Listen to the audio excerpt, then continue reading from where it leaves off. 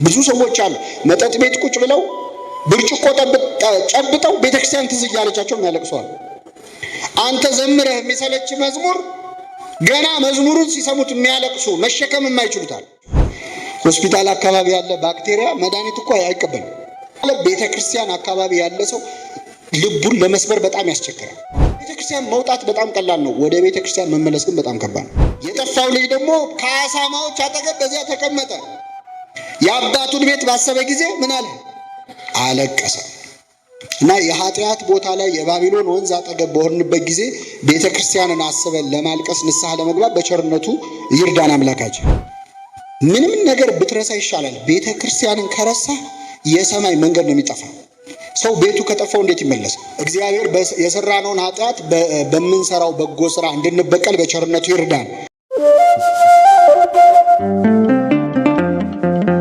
በባቢሎን ወንዞች አጠገብ በዚያ ተቀመጥን።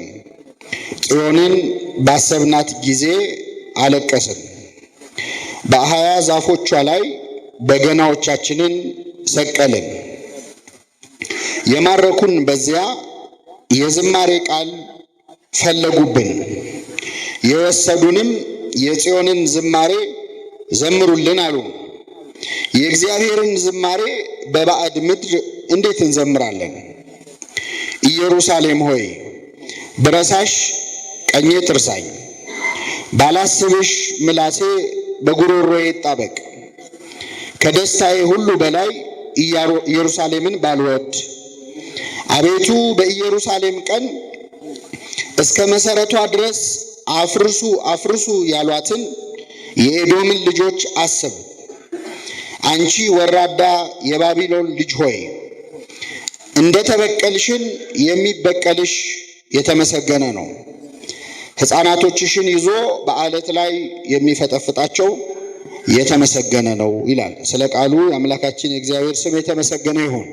እንግዲህ ነቢየ እግዚአብሔር ዳዊት ከዘመራቸው መዝሙራት መካከል እንግዲህ 150 ዳዊት መዝሙር ተብሎ በእኛ ቤተክርስቲያንና በአርሜን ቤተክርስቲያን ደግሞ 151ኛ መዝሙር አለ። ከቁጥር የወጣ መዝሙራትን ዘምሯል። እንግዲህ ከ150ው ዳዊት ወደ 87 የሚሆኑትን የዘመረው ራሱ ንጉሥ ዳዊት ነው።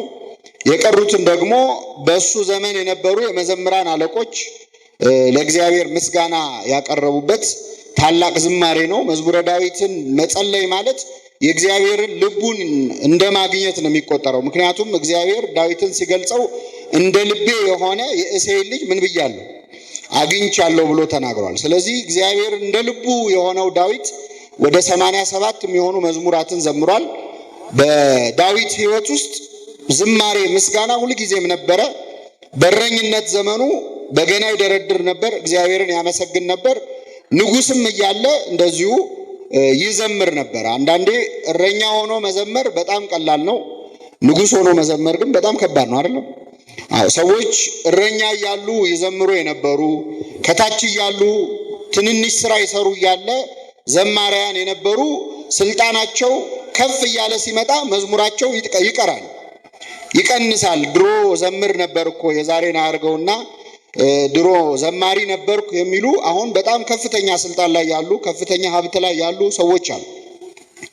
ዳዊት ግን እረኛም እያለ ይዘምር ነበር፣ ንጉስም እያለ ይዘምር ነበረ። መዝሙሩን አላስቆመውም። እግዚአብሔር ማመስገንም ጡረታ የለውም። እውነት ለመናገር ሰው አመስግኖ ዝማሬ አሁን ከዚህ በኋላ እኔ ትልቅ ደረጃ ላይ ነው ያለሁት አላመሰግንም አልዘምርም ይላል። ስልጣን ላይ ሲሆን ሀብት ላይ ሲሆን እንደውም ቁጭ ብሎ ለሚዘምሩ ሰዎች ይሸልማል። ዳዊት ግን መዘምራን ሲዘምሩ ብር እያወጣ ይሸልም ነበር አይደለም የሚለው። ራሱ ዳዊት በታቦተ ጽዮን ፊት ሚስቱ ሜልኮል እስክትንቀው ድረስ ምን ይል ነበር? ይዘምር ነበር። ኃይሌም ዝማሬም እግዚአብሔር ነው እንዳለ ነቢየ እግዚአብሔር ዳዊት ኃያል ንጉሥ ሆኖም መዝሙር ያላቆመ ሁልጊዜ የሚዘምር የሚያመሰግን ንጉሥ ነበር። የእሱን የዝማሬ መንፈስ ለሁላችን ያደለ። ትናንት ዘምር ነበር ማለት በጣም ቀላል ነው። አሁንም ዘምራለሁ ማለት ግን በጣም ከባድ ነው። በጣም ጥሩ ጸጋ ኖሯቸው ሲዘምሩ ሲያመሰግኑ የነበሩ ሰዎች በትዝታ ነው የሚያስታውሱት የመዝሙር ሕይወታቸውን፣ የምስጋና ሕይወታቸው። ነቢየ እግዚአብሔር ዳዊት ግን በግ እየጠበቀም ያመሰግን ነበር። ሕዝብ እየጠበቀም ምን ይል ነበር? ዘምር ሲባል እኔ እኮ አሁን እንደ ድሮ በግ እኮ አይደለም የምጠብቀው፣ ቀላል ኃላፊነት ላይ እኮ አይደለም የተቀመጥኩት። አንዳንድ ሰዎች ትልቅ ስልጣን ላይ ትልቅ ቦታ ላይ ሲሆኑ አሁን ያለውበት ሁኔታ እኮ እንደ ድሮ አይደለም ምን ነካ ይላሉ ራሱ። ነቢየ እግዚአብሔር ዳዊት ግን ስብሐቱን አላቋረጠም፣ ምስጋናውን አላቋረጠም እና በጣም ድንቅ መዝሙር ዘምሯል። ከመዘመራቸው መዝሙራት መካከል 136ኛው መዝሙር አሁን ያነበብነው በባቢሎን ወንዞች አጠገብ በዚያ ምን አለ። እንግዲህ የዳዊት መዝሙር 3 አይነት ቅርጽ አለው። የመጀመሪያ ቅርጹ ኃላፊያቱን እሱ ከኖረበት ዘመን በፊት የተፈጸሙ ነገሮችን በሚመለከት ዘምሯል። ስለ እስራኤላውያን ዘምሯል። በግብጽ ባርነት ስለነበራቸው ሁኔታ ዘምሯል። ስለ አብርሃም፣ ስለ ይስሐቅ፣ ስለ ያዕቆብ ቃል ኪዳን ዘምሯል። የቀደመውን ነገር እያስታወሰ ከግብጽ ባርነት እንዴት ባህር ከፍሎ እንዳሻገራቸው፣ በምድረ በዳ እንዴት መና አውርዶ የመላእክትን እንጀራ ሰው እንዴት እንደበላ ኃላፊያቱን እሱ ከመወለዱ በፊት የነበሩትን ነገሮች ዘምሯል ነቢየ እግዚአብሔር። ሁለተኛ ከሱ በኋላ የሚመጡትን መጻያቱን ደግሞ ዘምሯል። ትንቢት ዘምሯል። ስለ ክርስቶስ መምጣት ዘምሯል። ከሱ በኋላ በእስራኤል ላይ ስለሚደርስ መከራ፣ በእስራኤላውያን ላይ ስለሚደርስ ስደት ዘምሯል። በአንጻሩ ደግሞ በሕይወቱ ዘመን ደግሞ ስለ ራሱ ዘምሯል ነቢየ እግዚአብሔር ዳዊት። ንስሐም ገብቷል በመዝሙሩ አቤቱ እንደ ቸርነት መጠን ምን በለኝ ማረኝ፣ እንደ ይቅርታ ብዛት መተላለፌን ደምስስ እያለ በወደቀ ሰዓት ለመነሻ መዝሙር እንግዲህ ንስሐም ነው፣ ምስጋና ብቻ አይደለም፣ ጸሎትም ነው። የራሱን ጥያቄ የራሱን ብሶት መዝሙር ውስጥ እናገኘዋለን። በጣም የሚደንቀው ሰዎች ሲነሱበት በክፋት ደግሞ ከነዚያ ሰዎች ክፋት እንዲያድነው በመዝሙር ውስጥ ሲዘምር አቤቱ የሚጠሉኝ ምንኛ በዙ በዙሪያ ያሉት ሰዎች እያለ በዘመኑ ስለነበረውም ችግር ዳዊት በበገና እየደረደረ ይዘምር ያመሰግን ነበር። አሁን የጠቀስነው መዝሙረ ዳዊት መዝሙር 136 ደግሞ መዝሙር ስላስጠላቸው ሰዎች የተዘመረ መዝሙር ነው። ትንሽ ለየት ይላል። መዘመር ስላልፈለጉ ሰዎች በባቢሎን ወንዞች አጠገብ በዚያ ተቀመጥን፣ ጽዮንን ባሰብናት ጊዜ አለቀስን፣ የማረኩን የዝማሬን ቃል ፈለጉብን ይልና የእግዚአብሔርን ዝማሬ እንዴት በባዕድ ሀገር እንዘምራል። መዝሙር መዘመር አንፈልግም። አሁን መዝሙር የምንዘምርበት ጊዜ አይደለም ስለመባሉም ዘምሯል። አይገርማችሁም? አንዳንዴ መዘመር ስላለመፈለግም ለካ ይዘመራል። እና በባቢሎን ስላለው መከራ ስላለው ስቃይ እንግዲህ ኃላፊያቱን ብቻ ሳይሆን መጻኢውንም እግዚአብሔር ስለሚያሳየው እስራኤል ላይ ስለሚደርሰው ስደትና ምርኮ ነቢየ እግዚአብሔር ዳዊት የዘመረው መዝሙር ነው። በባቢሎን ወንዞች አጠገብ በዚያ ምን አለን? ተቀመጥን፣ ጽዮንን ባሰብናት ጊዜ ምን አለን? አለቀስን። እንግዲህ ባቢሎናውያን እስራኤላውያንን በግዞት ብዙ ስቃይ አድርሰዋል። መጀመሪያ እንዴት ነው እስራኤላውያን ባቢሎናውያን መጥተው እስራኤልን ለመመዝበር ኢየሩሳሌምን ለማቃጠል መነሻ አላቸው። ዝም ብሎ አይደለም። ይህንን የምናገኘው ሁለተኛ ነገሥት ላይ ነው፣ ምዕራፍ 20 ላይ። ሁለተኛ ነገሥት ምዕራፍ 20 ላይ ሊሞት ደርሶ 15 ዓመት ዕድሜ የተጨመረለት የአንድ ንጉሥ ታሪክ ተጽፎ ታገኛላችሁ። ማን ነው? ሕዝቅያስ ነው። ሕዝቅያስ እንደምታውቁት በጽኑ ደዌ ተመታ፣ ታመመ። ስለ ክርስቶስ የተነገረውን ትንቢት ለራሱ አድርጎ ተረድቶ ነው ይላሉ ሊቃውንት። ስለዚህ እግዚአብሔር ቀሰፈው፣ ታመመ። ነቢየ እግዚአብሔር ኢሳይያስ መጣ፣ በታመመበት ጠየቀው። ትሞታለህና ቤትህን አስተካክል ብሎ ገሰጸው። ከዚያ አለቀሰ፣ ንስሐ ገባ። ወደ ግድግዳው ዞሮ ወደ ቤተ መቅደስ አቅጣጫ ጸለየ። እግዚአብሔር ይቅር አለው ይላል። ከዚያ በኋላ መጥቶ ትሞታለህ ያለው ነቢይ ኢሳይያስ ተመልሶ መጣና 15 ዓመት ዕድሜ ጨምሬልሃለሁ አለው። ስንት ዓመት? ከኔ ጋር ናችሁ? ስንት ዓመት? 15 ዓመት ዕድሜ ጨምሬልሃለሁ አለው። ደስ አለው። ከዛ በኋላ ንግስናውን ቀጠለ። ያን ጊዜ ባቢሎናውያን መጡ ሕዝቅያስን ሊጠይቁት ማለት ታሟል የሚለውን ዜና ሰምተው ከሩቅ ያው ያን ዘመን እንግዲህ ትራንስፖርትም የለም፣ ብዙ ዓመት ፈጅቶባቸው ወደ ኢየሩሳሌም መጡ። ነቢዩን ንጉሱን ሕዝቅያስን ጠየቁት። እንዴት ነህ አሉት። ሲያዩት እውነትም ጤነኛ ነው፣ ተሽሎታል። ሕዝቅያስ ግን ያን ጊዜ አንድ የማይሰራ ስህተት ሰራ። ምንድነው የሰራው? ባቢሎናውያን ሊጠይቁት የመጡትን ሰዎች ካስተናገዳቸው በኋላ ላስጎብኛችሁ ብሎ እያዞረ የእስራኤልን ሀብት አሳያቸው ይላል። እያዞረ ያላቸውን ወርቃቸውን፣ ብራቸውን፣ እንቋቸውን በቤተ መዛግብት ያከማቹትን ሀብት እያዞረ የሁላችሁ የሁሉ ሀብት አለን እያለ ሀብታቸውን የእስራኤልን ሀብት ለእነማን አሳያቸው? ለባቢሎናውያን። አንድ አልቀረውም፣ አዙሮ አሳያቸው፣ መሳሪያዎቹን ሳይቀር አሳያቸው ይላል። የጦር መሳሪያ ማከማቻ ደግሞ ግምጃ ቤት አለ፣ ኑ ብሎ አዙሮ አስጎበኛቸው። ባቢሎናውያን ያንን አዩ። አይተው ጎብኝተው በልተው ጠጥተው ሲወጡ ነቢየ እግዚአብሔር ኢሳይያስ መጣ ወደ ሕዝቅያስ። ማን ነው የመጣው? እንግዳ መጥቶ ነበረው ያለው። አዎ መጥቷል። እነማን ናቸው? ባቢሎናውያን ናቸው። ሊጠይቁኝ መጥተው ነበር። ምን አደረካት? ምን ነገርካቸው? ምን አሳያቸዋል? ያላሳየኋቸው አንድም ነገር የለም ማለት ምንም የቀረኝ የለም። ሀብታችንን፣ ስልጣናችንን፣ መሳሪያዎቻችንን አዙሬ ያሳይቻቸዋለሁ አለ ነቢየ እግዚአብሔር ኢሳይያስ። አዘነ። ማሳየት የሌለብን ነገር ነው ያሳየው። እነዚህ ሰዎች አሁን አይተው ሄደው በዛው አይቀሩም፣ ተመልሰው ይመጣሉ፣ ኢየሩሳሌምን ይዘርፏታል። ሀብት ንብረታችንን አሳይታቸዋል፣ ይዘርፏታል። ያንተን የልጅ ልጆች ባሪያዎች ያደርጓቸዋል፣ ጃንደረባዎች አድርገው አገልጋዮች አድርገው ያሰቃዩናል አለው። ሲለው እሱ የቀረው ስንት ዓመት ነው ሊሞት? ስለዚህ ችግር የለም አለ። እኔ ስንት ዓመት ነው የቀረኝ? በእኔ ዘመን ሰላም ነው አይደል? እንደዚህ የሚያስብ ሰው አለ። በእኛ ዘመን ሰላም ይሁን እንጂ ምንም ችግር የለም የሚል አለ። እና በእኔ ዘመን ሰላም ከሆነ ምንም ችግር የለውም አለ። ግን በዚያን ሰዓት መጥተው በጎበኙት ጉብኝት ቂም ውስጣቸው አድሯል። እንዴት ይሄ ሁሉ ሀብት በዚህ ሀገር ሊኖር ይችላል? እኛ ጋር የሌለ ነገር ይህንማ መውሰድ አለብን ብለዋል። ያጠፋው ጥፋት ሕዝቅያስ ማሳየት ያለበት ሀብት ንብረቱን ሳይሆን ይህን ሀብት ንብረትን የሰጠው ማን ነው? እግዚአብሔርም ቢያሳያቸው ጥሩ ነበረ። ተመሳሳይ ንጉሥ እኮ አለ እንደዚህ ጉብኝት ያስጎበኘ ንጉሥ ሰሎሞን ታውቃላችሁ። ጠቢቡ ሰሎሞን ከሩቅ ሀገር አንዲት ንግሥት ልትጎበኘው መጣ ነበር ይላል። ማነች? ንግሥተ ሳባ፣ ንግሥተ አዜብ ወይም ንግሥተ ሳባ የምንላት ማክዳ ኢትዮጵያዊቷ የምንላት ይህ ሴት በመጣች ጊዜ እያዞረ ሀብቱን ንብረቱን አስጎበኛት አይልም። ምንድን ነው ያስጎበኛት? በእግዚአብሔር ቤት የሚያሳርገውን መስዋዕት አሳያል። ባየች ጊዜ ነፍስ አልቀረላትም። አምላክህ አምላኬ ነው ብላ በእግዚአብሔር አመነች። ወደ ኢትዮጵያ የአይሁድ እምነት መጣ ማለት ነው። እና ብዙ ጊዜ እኛ ያለንን ነው ለሰዎች የምናሳየው እንጂ ያለንን ነገር የሰጠንን አምላክ አናሳይ። ሰዎች ሀብትህን፣ ንብረትህን፣ ስልጣንህን፣ ገንዘብህን ያዩ እንደሆን ይመቀኙሃል፣ ይቀኑብሃል። የምትበላውን የምትለብሰውን ያዩ እንደሆን ይጠሉሃል። እንዴት እሱ እንዲሆነ እንዴት እንዲሆኝ ይላሉ። ያንን ሀብት ያንን ጸጋ የሰጠህን አምላክ ካሳያቸው ግን አንተም ሳይሆን አምላክን ያውቃሉ። እና በዚህ ምክንያት ባቢሎናውያን ቂም ይዘው ነበረ። ይገርማችኋል፣ እንዳሰቡትም አልቀሩ። የተነገረው ትንቢት ተፈጸመ። ባቢሎናውያን ወደ እስራኤል መጡ። ሲመጡ ደግሞ ጎረቤቶች ኤዶማውያን ነበሩ። በጣም መጥፎ ሕዝብ በእውነት የእስራኤል ጎረቤት ናቸው። ኤዶማውያን ማለት እንግዲህ የኤሳው ዘሮች ናቸው። ያዕቆብና ኤሳውን ታስታውሳላችሁ። እና ጥሩ ሕዝብ አልነበሩም። እና እስራኤል እና ኢየሩሳሌም የምትዘረፍበትን ሁኔታ ለባቢሎናውያን ጋር ተሻርከው መንገድ አሳዩአቸው። አፍርሱት፣ ይሄን አፍርሱት እያሉ ኢየሩሳሌምን አስፈረሱ።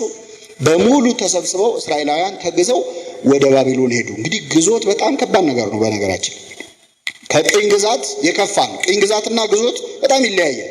ቅኝ ግዛት ማለት ልክ ኢትዮጵያን መታ ጣሊያን ወራ አልነበረ? ልክ እንደዛ መጥቶ ወሮ አገሩን ማስተዳደር ነው። ግዞት ማለት ደግሞ ጣሊያኖች መጥተው ኢትዮጵያውያንን በሙሉ ሰብስበው አሰልፈው ወደ ጣሊያን ይዞ መሄድ። በእርግጥ በዚህ ዘመን ሰው ደስ ይለዋል ይመስለኛል። አስቸጋሪ ትውልድ ነው። ግን አግዞ ወስዶ እዛ ደግሞ እንደፈለግከው አትኖርም። በነገራችን የፈለግከውን አትበላም፣ የፈለግከውን አትሰራም። ደሞዝ አይከፈልም፣ ትለፋለህ፣ ሀብት ንብረት አታፈራም። ላብህን አሁን አውሮፓ እስከ ታች እስከ 9-8 ወደ ታች ባቡር አለ ገብተህ የምትሳፈርበት። ፈረንሳይ ውስጥ ጣሊያን ውስጥ ብትሄዱ በጣም አስገራሚ። ያንን የሰራው ማሽን አይደለም፣ የጥቁር ላብ ነው። ያን ሲቆፍሩ የሞቱ ሰዎች አሉ።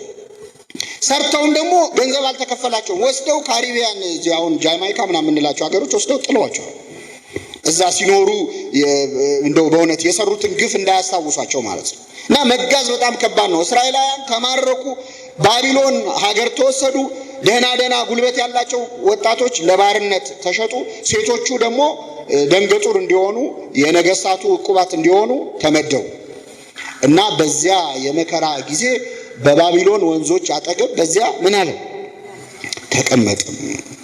እንግዲህ እስራኤላውያን በብሉይ ኪዳን ስታዩ የትም ቦታ ወንዝ ዳር ነው የሚሰባሰቡት። ጸሎትም የሚያደርጉት፣ ጾምም የሚያውጁት።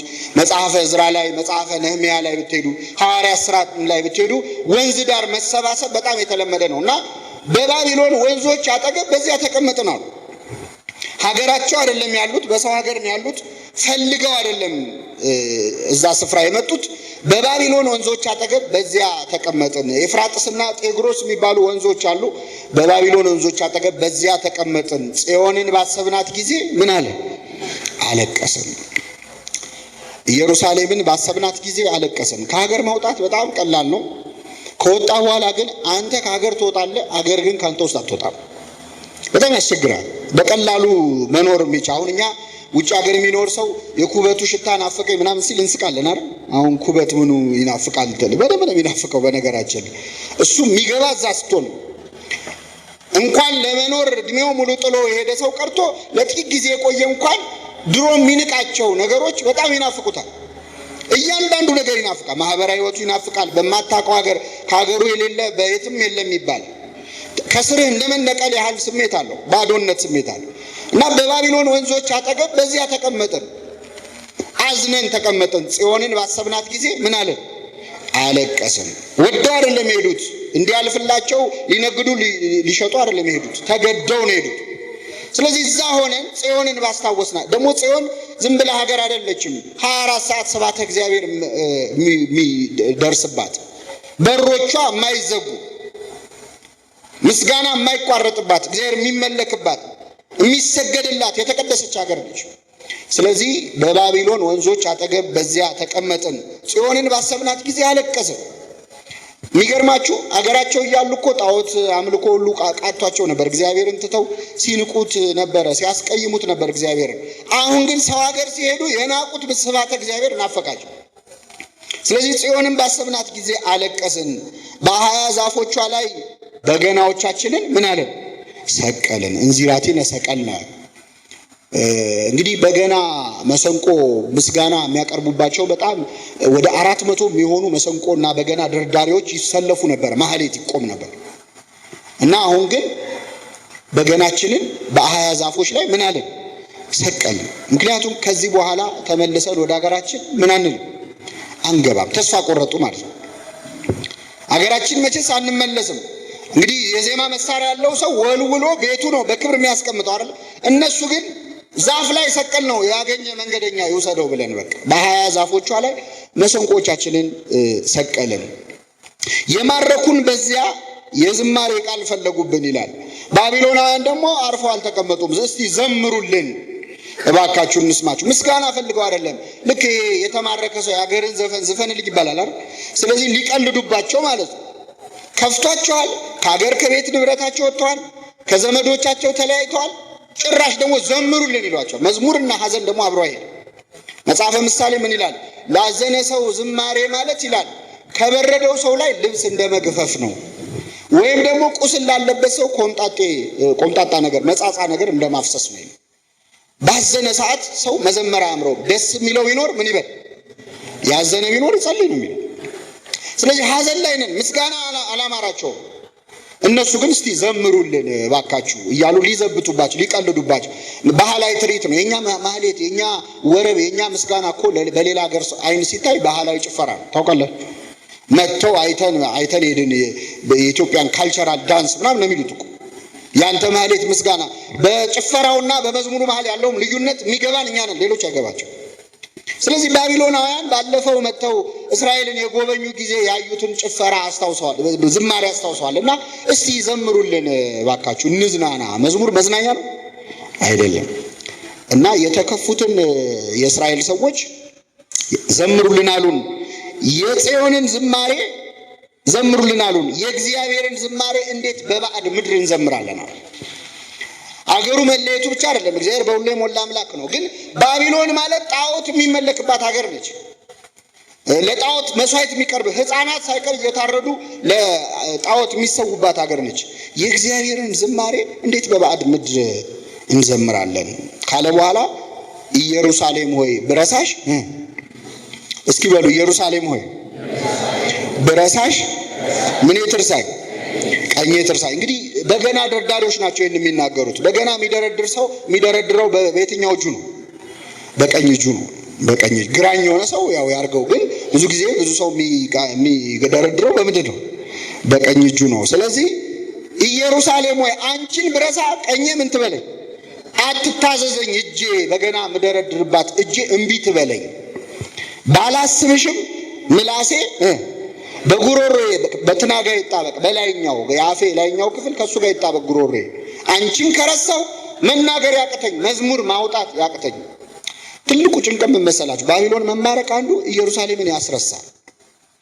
የስደት የምርኮ ክፋቱ ምንድነው? ሀገርን ትረሳል። የሚገርማችሁ በጣም ብዙዎቹ እስራኤላውያን ባቢሎን ከሄዱ በኋላ በቃ ተማርከው ከሄዱ በኋላ ሀገሬ ነው ብለው እዛው ኖረው ወልደው ተዋልደው የኖሩ ሁሉ አሉ።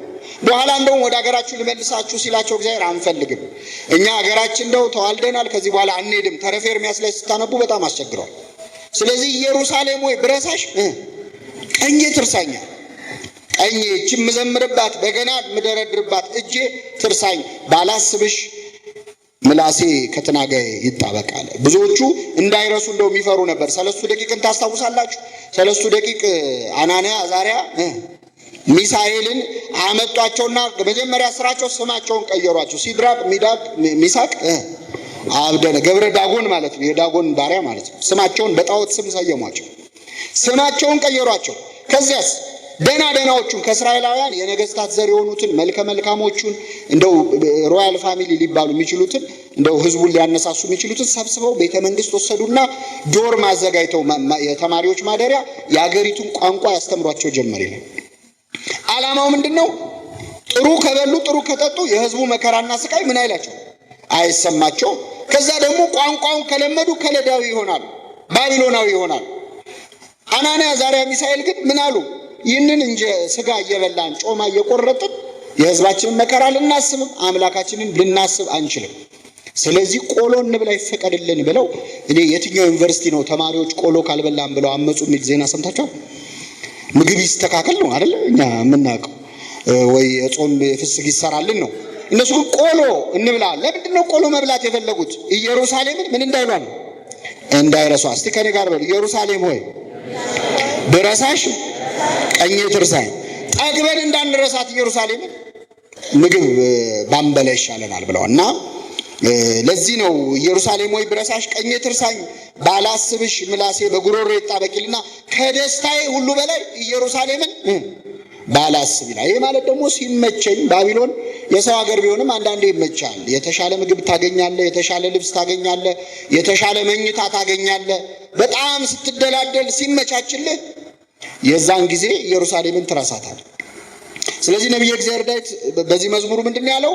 ባላስብሽ ካለ በኋላ ከደስታዬ ሁሉ በላይ የባቢሎን ድሎት የባቢሎን ምቾት እንዳያስረሳው ፈርቶ እኮ ነው ከደስታዬ ሁሉ በላይ ኢየሩሳሌምን ባላስብ አለ።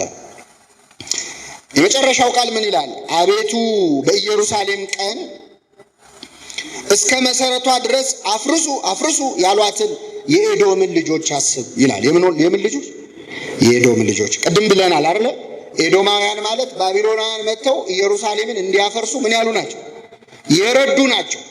እና ክፋታቸው መንገድ አሳይተው ኑ ኢየሩሳሌምን አፍርሱ፣ እንደዚህ ባንዳ አለ የሚያስጠቃም ውስጥ ሆኖ ከውጪ ሰው እንደሚያስገባ ሰው አለ እና እየመሩ መንገድ እየመሩ ወስደው አሳዩ ኢየሩሳሌም። ከዛ ደግሞ በደንብ አፍርሱት፣ መፍረሷን ብቻ ሳይሆን እስከ መሰረቷ ድረስ አፍርሱ እያሉ በጣም ይገርማቸዋል። ተነቅላ እንድትፈርስ ያደረጉት ኤዶማውያን ናቸው።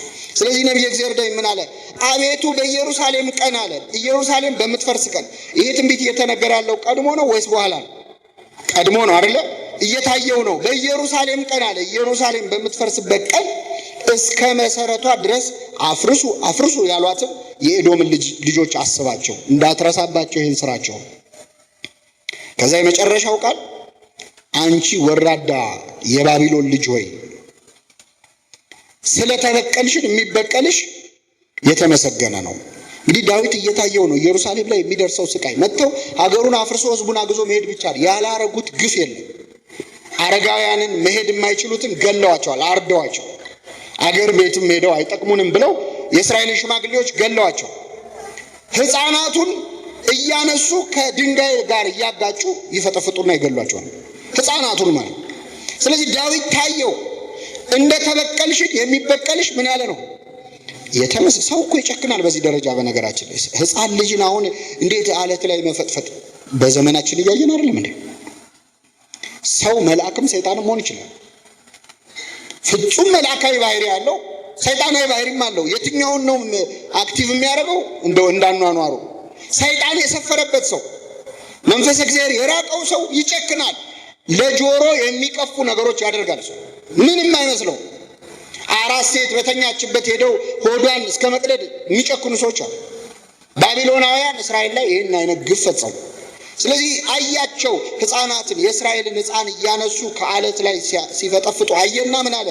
አንቺ ወራዳ የባቢሎን ልጅ ሆይ እንደተበቀልሽን የሚበቀልሽ የተመሰገነ ነው። ሕፃናቶችሽን ይዞ በአለት ላይ የሚፈጠፍጣቸው የተመሰገነ ነው። እኛ ላይ ያደረግሽውን በአንቺ አድርጎ ቢያሳየሽ እግዚአብሔር እያለ ነው። እናድርግብሽ ማለት አይደለም፣ እንዲሰማሽ እንደው ባየሹ። ይሄ ማለት እያያቸው ነው ባቢሎናውያን በምን ደረጃ እስራኤላውያን ላይ እንደጨከኑ ማለት ነው። እንዲህ ካለ መከራ ይሰውረን እግዚአብሔር።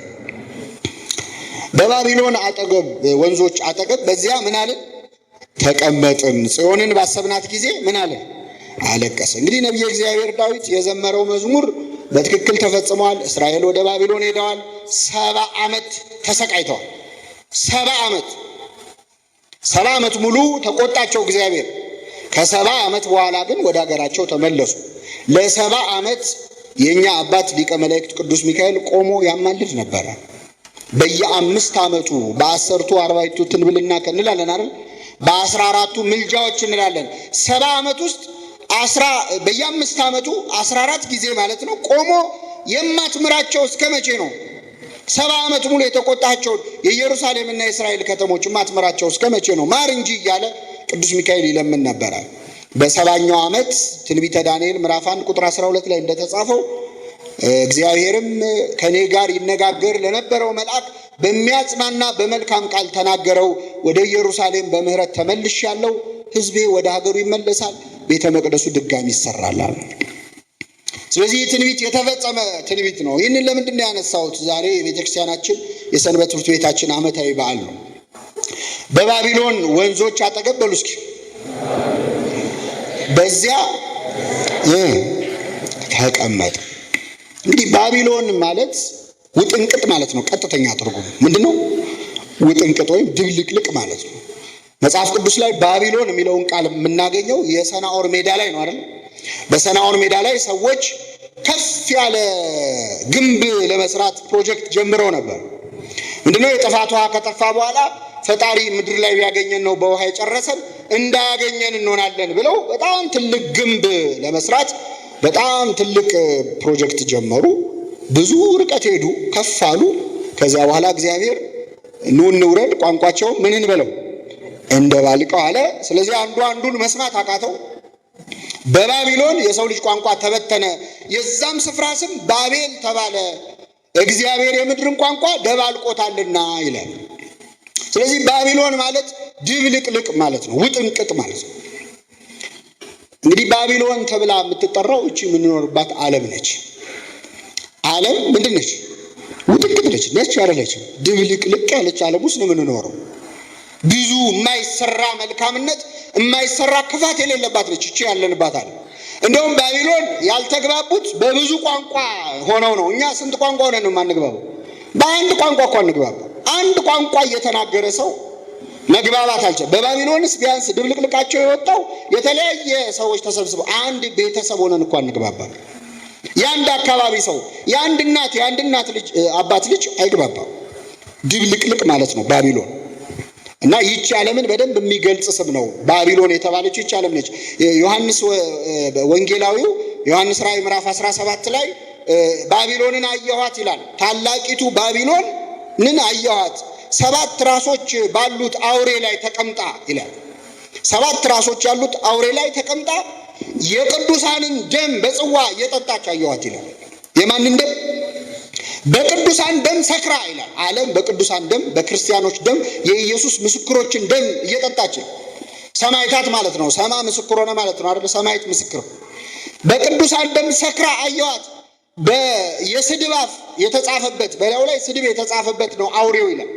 የስድብ አፍ ማለት ቅዱሳንን የሚሳደብ የእግዚአብሔርን ማደሪያ የሚሳደብ ድንግል ማርያምን የሚሳደብ ታቦቱን የሚሳደብ ማለት የእግዚአብሔርን ማደሪያ የሚሳደበው አውሬ ላይ ቁጭ ብላ በቅዱሳን ደም ሰክራ አየኋት ታላቂቱን ባቢሎን። በሴት ነው የመሰላት። ዮሐንስ ራእይ ምዕራፍ 17 ላይ አየኋት እና ስሟም ይላል የጋለሞታዎችና የአመንዝሮች እናት ትባላለች።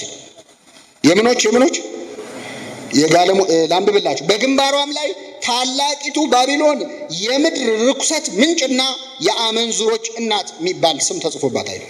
ይህች ዓለም የጋለሞቶች የአመንዝሮች እናት ነች፣ በቅዱሳን ደም የሰከረች ነች።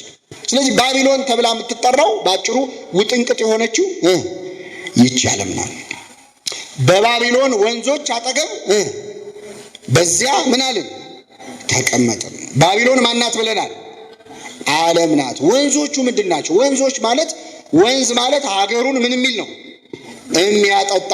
ባቢሎናውያን እየጠጡ የሚረኩበት፣ የባቢሎን ምድር እየረሰረሰ የሚያበቅልበት፣ ባቢሎንን የሚያስደስት የሚያረካ ማለት ነው ወንዝ ማለት። ስለዚህ በባቢሎን ወንዞች አጠገብ ማለት የባቢሎን ወንዞች የተባሉት ኃጢአቶች ናቸው። ዓለምን የሚያስደስታት ምንድን ነው? አሁን ዓለማችን የሚያጠጣት የሚያረካት ውሃ ምንድን ነው? ኃጢአት ነዋ፣ ክፋት ነዋ፣ ጥላቻ ነዋ፣ አመንዝራነት ነዋ፣ ስድብ ነዋ። የዓለም ደስታ የዓለም መጠጥ የሆነው ውሃ ነው እና በባቢሎን ወንዞች አጠገብ በዚያ ምን አለ? ተቀመጥን። ጽዮንን ባሰብናት ጊዜ ምን አለ? አለቀስን። እንግዲህ ዛሬ የሰንበት ትምህርት ቤት የቤተ ክርስቲያን ዓመታዊ በዓል ስለሆነ ሁላችንም ከያለንበት ተሰባስበናል። የኛ ጽዮናችን የኛ መጠጊያ መሸሸጊያ ማነች? ቤተ ክርስቲያን ናት። በባቢሎን ወንዞች አጠገብ በዚያ ተቀመጥን ማለት በዓለማዊ ሕይወት በኃጢአት ሕይወት ውስጥ በዚያ ተቀመጥን ማለት። ሁላችንም በነገራችን ላይ የሆነ የተቀመጥንበት የባቢሎን ወንዝ ዳር አለ። ዓለምን የሚያስደስት ስራ ማለት ኃጢአት ማለት ነው። በሆነ ክፋት ዳርቻ ላይ ተቀምጠናል። በባቢሎን ወንዞች አጠገብ በዚያ ተቀምጠን፣ በመጠጥ ቤት ተቀምጠን፣ በሱስ ቦታ ላይ ተቀምጠን፣ በአመንዝራነት ቦታ ላይ ተቀምጠን ጽዮንን ቤተ ክርስቲያንን ባሰብናት ጊዜ ምን አለን? አለቀስን። ብዙ ጊዜ ቤተ ክርስቲያን እያለን ምንም የማይመስለን ነገር ትንሽ ራቅ ስንል ነው የሚሰማን አይደለም? እዚህ የሰለቸ መዝሙር በቃ 3 ተዘምሯል በቃ የምትለው መዝሙር፣ እዚህ የሰለቸ ትምህርት ዛሬ ስብከት ሲሰበክ ገና ርዕሱ ሲነገር አይ እንማ ተምረነዋል የምንለው ትምህርት። አንዳንዴ የእግዚአብሔር ቃል ሁልጊዜ ምንድን ነው? አዲስ ነው። ግን አንዳንዴ በእኛ እውቀት እጥረት ምክንያት አዲስ የማይሆንበት ጊዜ የለም አለ እና ሰንበት ትምህርት ቤት ውስጥ ሁልጊዜ ከመማር ከመቆየት ቃሉን በጣም እንለምደዋለን እና ስንሰማም ብዙ አይሰማንም። ይሄ ሆስፒታል አካባቢ ያለ ቫይረስ አለ ታውቃላችሁ? ሆስፒታል አካባቢ ያለ ባክቴሪያ መድኃኒት እኮ አይቀበልም። ምንም አይነት መድኃኒት። ለምን? ከበሽታው ጋር ምን ብሏል? ተለማምዷል። ስለዚህ ደህና ዝም ብሎ አንቲባዮቲክ ምናምን ተሰጥቶት ሰው አይድንም። ሆስፒታል አካባቢ ያለ ቫይረስ በጣም አደገኛ ነው። ይሄ ማለት ቤተክርስቲያን አካባቢ ያለ ሰው ልቡን ለመስበር በጣም ያስቸግራል። ለምን? ቃል እግዚአብሔር ሲሰማ ነው አይኖረው ምንም የማይመስለው ነው። እና እንደዚህ ተሰላችተን እዚህ ምንም ያልመሰለን የቆየን ሰዎች መቼ ነው የሚሰማን? ከባቢሎን ወንዞች አጠገብ ስንሆን ነው። ኃጢአቱ ስንሆን፣ የሆነ ክፋቱ ስንሆን፣ የማንፈልገው ራሳችንን ልናገኘው የማንፈልግበት ቦታ ላይ ስንወድቅ ስናስባት ቤተክርስቲያንን የዛኔ እናለቅሳለን። ብዙ ሰዎች አሉ መጠጥ ቤት ቁጭ ብለው ብርጭቆ ጨብጠው ቤተክርስቲያን ትዝ እያለቻቸው የሚያለቅሷል። አንተ ዘምረህ የሚሰለች መዝሙር ገና መዝሙሩን ሲሰሙት የሚያለቅሱ መሸከም የማይችሉታል። የዕጣኑ ሽታ መዓዛ ትዝ የሚላቸው መምጣት የሚፈልጉ ከቤተ ክርስቲያን መውጣት በጣም ቀላል ነው። ወደ ቤተ ክርስቲያን መመለስ ግን በጣም ከባድ ነው። እንዳወጣጡ መመለሻው ቀላል አይደለም። ብዙ ሰዎች እየዛቱ ነገ እመለሳለሁ እያሉ መመለስ ያቃታቸው ሰዎች አሉ። እግዚአብሔር በቸርነቱ ይመልስልን። በጣም ከባድ ነው። ሳታስበው ትርቅና ከባቢሎን ወንዞች አጠገብ የተገኘ እንደሆን ጽዮንን ባሰብካት ጊዜ በጣም ታለቅሳለህ፣ ታዝናለህ። ቤተ ክርስቲያን መጽሐፍ ቅዱስ ላይ እንደዚህ ያሰቡ ብዙ አሉ። ከእሳት ከሚሞቁ አይሁድ አጠገብ በዚያ ተቀመጥን፣ ኢየሱስ የተናገረውን ቃል ባሰብን ጊዜ አለቀስን ይላል ቅዱስ ጴጥሮስ አይደል? ሐሙስ ዕለት ዶሮ ሳይጮህ እንዴ ትክደኛለህ ብሎት ነበረ። ጴጥሮስ ጌታ ሆይ ሌሎች ሁሉ ቢክዱ እኔ ምን አልልህም አልክድህም አለ። ከዛ እሳት ሊሞቅ ቁጭ አለ ከአይሁድ ጋር። እሱ ደግሞ በባቢሎን ወንዞች አጠገብ አይደለም፣ ከእሳት አጠገብ ከአይሁድ አጠገብ በዚያ ተቀመጠ። ከዚያ በሶስተኛ ጊዜ ሲክደው ኢየሱስ ቀና ብሎ አየው ይላል። የንስሐ አባቱ ክርስቶስ በአይኑ ነው ቀኖና የሰጠው። አላውቀውም ብሎ ሲምል በፍጹም አላውቀውም ሲል ሶስተኛው ላይ ክርስቶስ ቀና ብሎ አየው። አይቶናል እኮ በነገራችን ብዙ ቦታ አላውቅህም ስንለው አይቶናል። እግዚአብሔር አላውቅህም ያልንባቸው መንፈሳዊ ላለመሆን የሞከርንባቸው ቦታዎች እኮ አሉ። ቀና ብሎ አየው። ይህንም ባየው ጊዜ ኢየሱስን አይን ሲያይ ይላል የተናገረው ቃል ትዝ አለውና ወደ ውጭ ወጥቶ ምርር ብሎ አለቀሰ። ከሁሉ ይልቅ ስወደው ከሁሉ ቀድሜ ክደው አለቀሰ። የጴጥሮስን እንባ የተቀበለ አምላክ ሁላችን ይቀበላል። የሚገርማችሁ በኋላ ጴጥሮስን እኮ አገኘው አይደለ? በባህር ዳርቻ ላይ አሳ እያጠመደ ክርስቶስ ከትንሣኤው በኋላ አገኘው። የዮና ልጅ ስምዖን ሆይ ምን ትለኛለህ? ትወደኛለህ አለው። በጣም እኔ ሌላውን ተውትና በጣም የሚገርመኝ እኔ የሐሙስን ጉዳይ አላነሳውም። ክርስቶስ አንተ ሐሙስ ትክደኛለህ እንደዛ ስንቴ ስትፎክር አልነበር አላለም፣ አላነሳውም። እግዚአብሔር የበፊት ኃጢአትን እያነሳ የሚያሸማቅቅ አምላክ አይደለም። ተመለስ እንጂ አንተ ማለት ትወደኛለህ ብቻ ነው ያለው። የሚገርመው ትወደኛለህ ሲለው ጴጥሮስ እወድሃለሁ ማለት ፈራ። ሐሙስ ሌሎች ሁሉ ቢክዱ እኔ ምን አልክድም ብሎ አሁን ደግሞ እወድሃለሁ ብዬ ደግሞ ምን ሊመጣብኝ ነው ብሎ ጌታ ሆይ እንደምወድህ አንተ ታውቃለህ፣ ከዚህ በኋላ እኔ ንግግር አቁሜያለሁ አለ። በጎቼን አሰማራ፣ ግልገሎቼን አሰማራ፣ ጠቦቶቼን ጠብቃል። እና በእሳት ዳር አጠገብ በዚያ ተቀምጦ ክርስቶስን ባሰበ ጊዜ አለቀሰ። የጠፋው ልጅ ደግሞ ከአሳማዎች አጠገብ በዚያ ተቀመጠ። የአባቱን ቤት ባሰበ ጊዜ ምን አለ? አለቀሰ። እና የኃጢአት ቦታ ላይ የባቢሎን ወንዝ አጠገብ በሆንበት ጊዜ ቤተ ክርስቲያንን አስበን ለማልቀስ ንስሐ ለመግባት በቸርነቱ ይርዳን አምላካችን። በባቢሎን ወንዞች አጠገብ በዚያ ተቀመጥን፣ ጽዮንን ባሰብናት ጊዜ አለቀስን። በ20 ዛፎቿ ላይ በገናዎቻችንን ሰቀልን ይላል። እንዚራቲነ ሰቀልነ፣ መሰንቆቻችንን ወስደን ሰቀልን። ለምንድን ነው የሰቀሉት? ከዚህ በኋላ ወደ ኢየሩሳሌም ተመልሰን ምን አንሄድም። ከቤተ ክርስቲያን ራቅ ስንል የሰቀልናቸው መሰንቆች ብዙ አሉ። የጸሎት መጽሐፋችን የት ነው ያለው? ጸሎት ስናቋርጥ እኮ ከዚህ በኋላ እኔ እንደሆን ጸሎቱን ጥቻለሁ። መጀመሪያ ገዝተን ባለ 23ቱ ባለ 53ቱ ባለ 87ቱ የጸሎት መጽሐፍ የላችሁ አለን። ጸልየን አልበቃ ሲለን በተለይኛ ሰንበት ትምህርት ቤት በጣም ጥሩ የጸሎት ሕይወት ያለበት ነው። አሁን ያለበትን አላውቅም። አብይ ጾም ሲመጣ እንዴት እንደምንሆን አስታውሳለሁ። በጣም ድሮ መቃኞ ነበረች። ስንሰግድ ራሱ ትዝ ይለኛል ድም ይል ነበር እንትኑ መቃኞ ቤተክርስቲያኑ ማለት ነው። በኋላ መጽሐፈ መነኮሳት ሳነብ ምን የሚል አገኘው? እንደ ሙቀጫ እያሰሙ የሚሰግዱ ይላል። እንደምን ነው እኔን ነው ለካ አልኩኝና ከዛ ግሬን ሰበሰብኩ እንጂ በፊት እኮ በቃ የሆነ መንፈሳዊ ስሜት ይሰማሃል። ጾሙ አይበቃም። ከሰዓት በላይ ትጾማለህ፣ ከሰዓት በላይ ትሰግዳለህ። የጋራ ጸሎት አድርገህ ስትጨርስ ደግሞ ዳዊት ታወጣለህ። ቅዳሴ እየተቀደሰ ሁሉ እኮ የጸሎት መጽሐፍ ያወጣል። ቅዳሴው አልበቃ ብሎ ማለት ፀሐይ ላይ ሻማ ታበራለህ። እንደዛ የሚያደርግ ነበር። ከዛ ከባቢሎን ወንዞች አጠገብ ስንሆን ደግሞ የኃጢአት ሕይወት ውስጥ ስንዘፈቅ የሰቀልናቸው የጸሎት መጽሐፎች አሉ። እንዚራቲነ ሰቀልነ የተባለ መሰንቆቻችንን ሰቀልን ማለት ድሮ የምንጸልየውን ጸሎት አሁን ልንጸልየው አንችልም። እንዴት በባዕድ ምድር የእግዚአብሔር ምስጋና እናመሰግናለን ማለት ከእግዚአብሔር ባዕድ ሆነናል። አሁን በምግባር ተበላሽተናል፣ በኃጢአት ወድቀናል። አሁን ከዚህ በኋላ እንዴት ስንት ጥሩ ድምፅ ያላቸው ሰዎች መዘመር የሚችሉ ሰዎች እኮ ድምፃቸው እንግዲህ እንዚራ ስብሐት የሚባለው የኛ ሰውነት ነው። ምን ትረባሁ ለመሰንቆ ጽሩ ይላል አባ ጊዮርጊስ። ለእማ አልቦ ዘይሰነቆ የሚመታው ከሌለ መሰንቆ ምን ይጠቅማል? ስለዚህ ከዚህ በኋላ መንፈሳዊ ሕይወት የለኝምና መሰንቆ ሰውነቴ ምስጋና ማቅረብ፣ ማህሌት ማቅረብ፣ ማመስገን ከዚህ በኋላ ስለማይችል ብለን የሰቀልነው ሌላ መሰንቆ የኛ ሰውነት ነው። ጥሩ ድምፅ ያለው ከዚህ በኋላ እኔ ምን መዝሙር ከዚህ በኋላ ሕይወቴ እኮ ተበላሽቷል ብሎ የሚሰቅለው መሰንቆ ሰውነቱ ነጠላውን አጣጥፎ ያስቀመጠ ተኩሶ ያስቀመጣል። ከዚህ በኋላ አላስቀድስም እኔ መቋሚያውን ገዳም ለገዳም የሚዞርበት መቋሚያ የቅዳሴ ጠበል መጠጫ የነበራቸው ሰቅለው ያስቀመጡ የጠፉ ሰዎች አሉ ከቤተክርስቲያን። እና በ20 ዛፎቿ ላይ በገናዎቻችንን እንሰቀልን። የማረኩን በዚያ የዝማሬ ቃል ፈለጉብን። አጋንንት ናቸው እኛን የማረኩን በኃጢአት።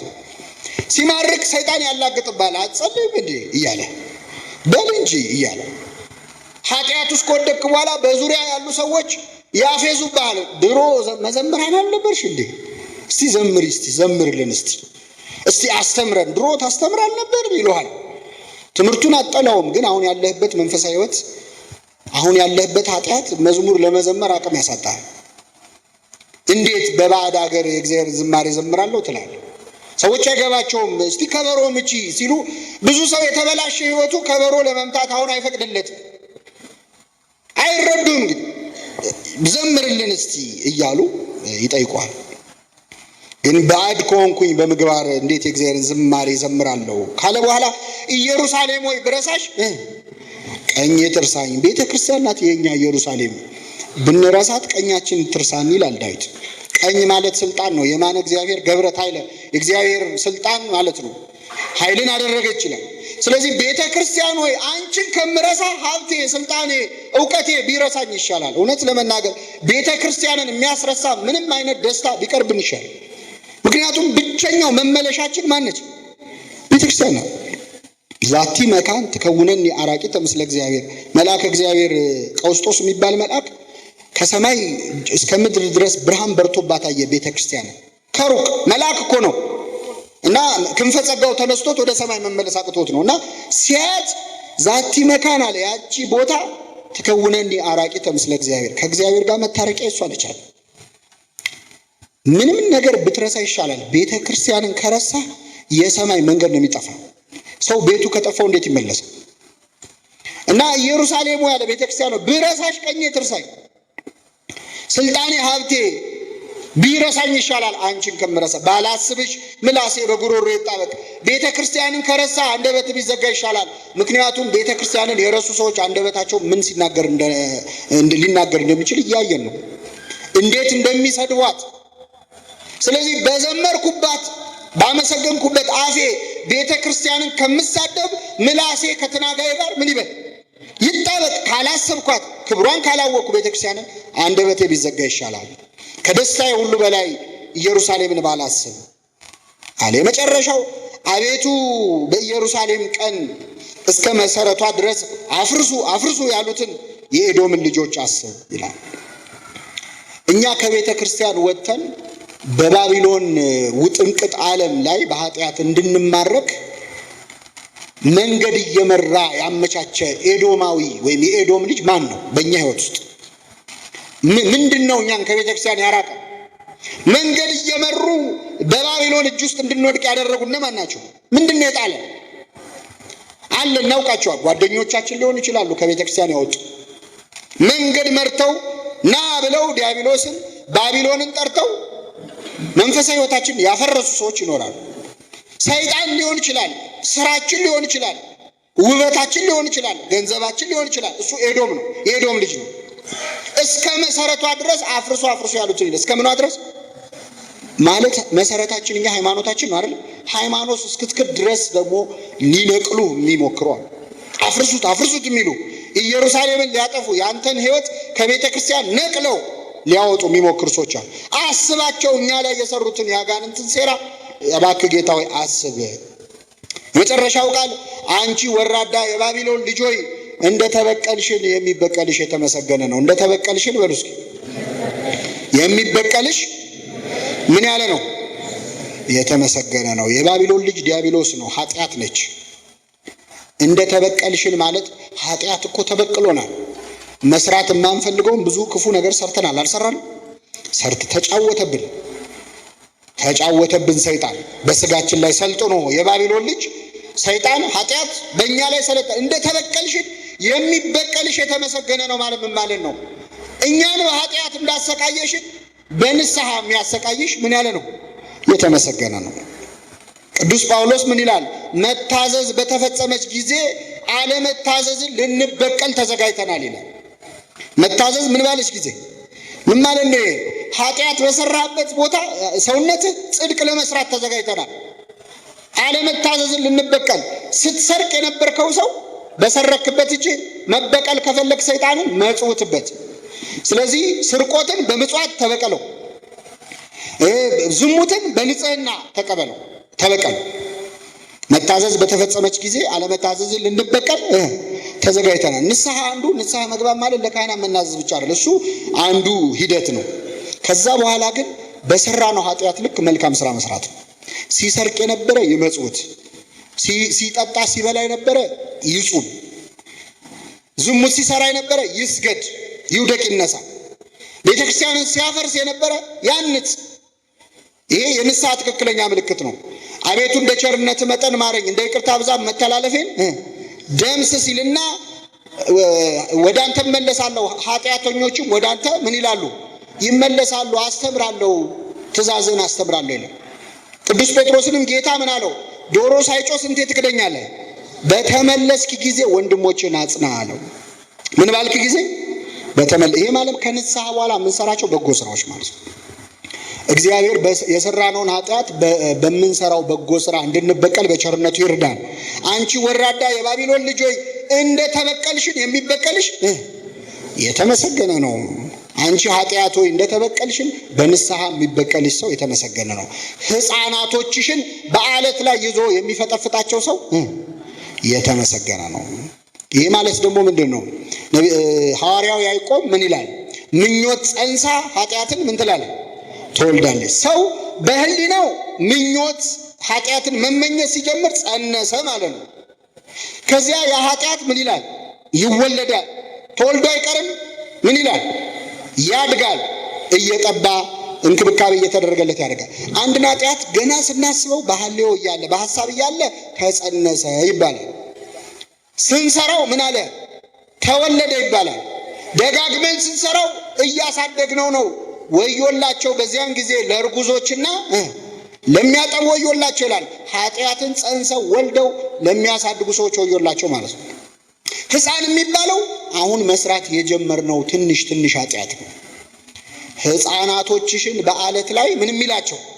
የሚፈጠፍጣቸው ሕፃን ኃጢአቶቻችንን ልንሰራ ያሰብናቸው ከሐሳብነት አልፈው ተወልደው ሕፃን የሆኑ ኃጢአቶቻችንን በአለት ላይ ለመፈጥፈጥ ያብቃል። አለቱ ማን ነው ካላችሁ አንደኛ ቆሮንቶስ ምዕራፍ 10 ከቁጥር 1 ላይ በመንገድም ሲሄዱ ሲከተላቸው ከነበረው ከዚያ አለት ጠጥተው ነበር።